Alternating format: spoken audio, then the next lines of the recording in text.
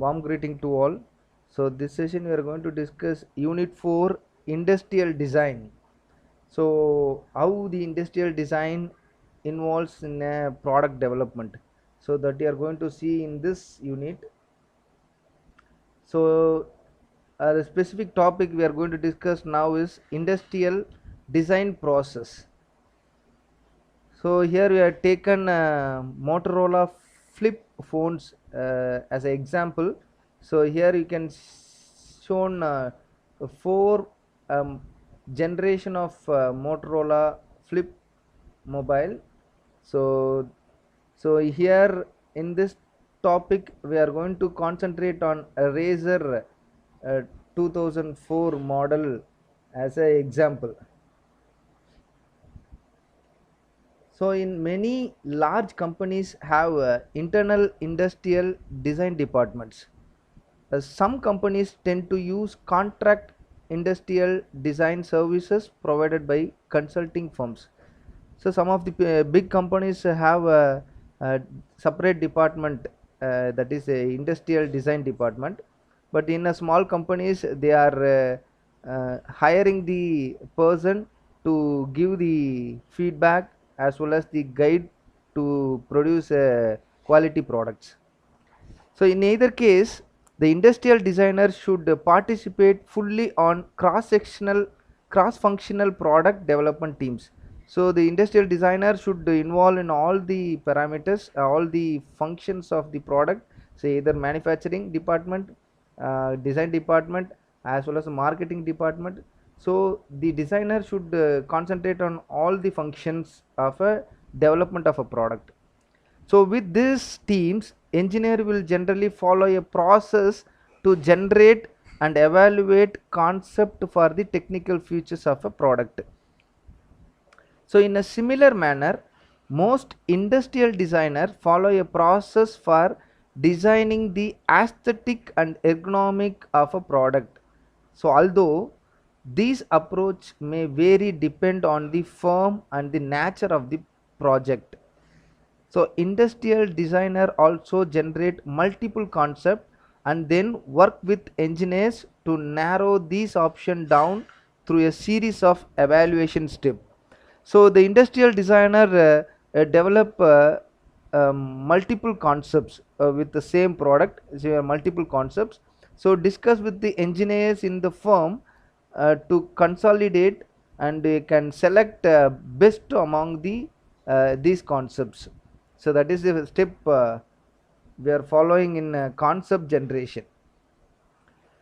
So especially in industrial design process can be thought of a consisting of the following phases. So we are following 6 phases to develop a product. So one is investigation of customer needs, conceptualization, preliminary refinement, a further refinement, and final concept selection, control drawings or models, coordination with engineering, manufacturing, and external vendors. So here this phase 1, investigation of customer needs. So we have to identify the customer needs. So because industrial designers are skilled at recognize issues involving using interactions, industrial designer involved in crucial in the needs process. So first of all we need to get the customer requirement. So based on the customer requirement, the industrial designer will work and will get the better product to satisfy the customer requirements. While involving of marketing, engineering, and industrial design certainly leads to a common comprehensive understanding of customer needs. So ultimate aim is to understand the customer needs for the whole team. It particularly allows the industrial designer to gain an intimate understanding of interaction between the user and the product. So whatever the product we are developing, that should be user friendly, that is ultimate aim. So that should easy to handle. So that kind of product customers likes more than other products.